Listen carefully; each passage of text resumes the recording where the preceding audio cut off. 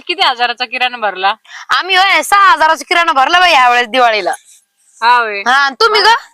20,000चा किराणा भरलाय आम्ही. 20,000?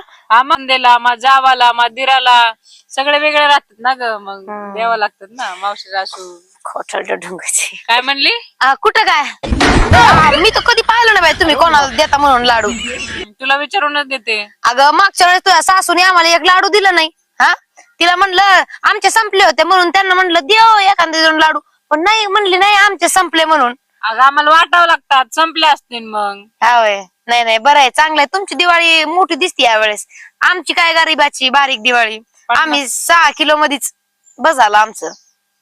अगं आम्हाला दर दिवाळीला कपडे बिपडे किराणा पकडून 50-60 हजार तास लागून जातात.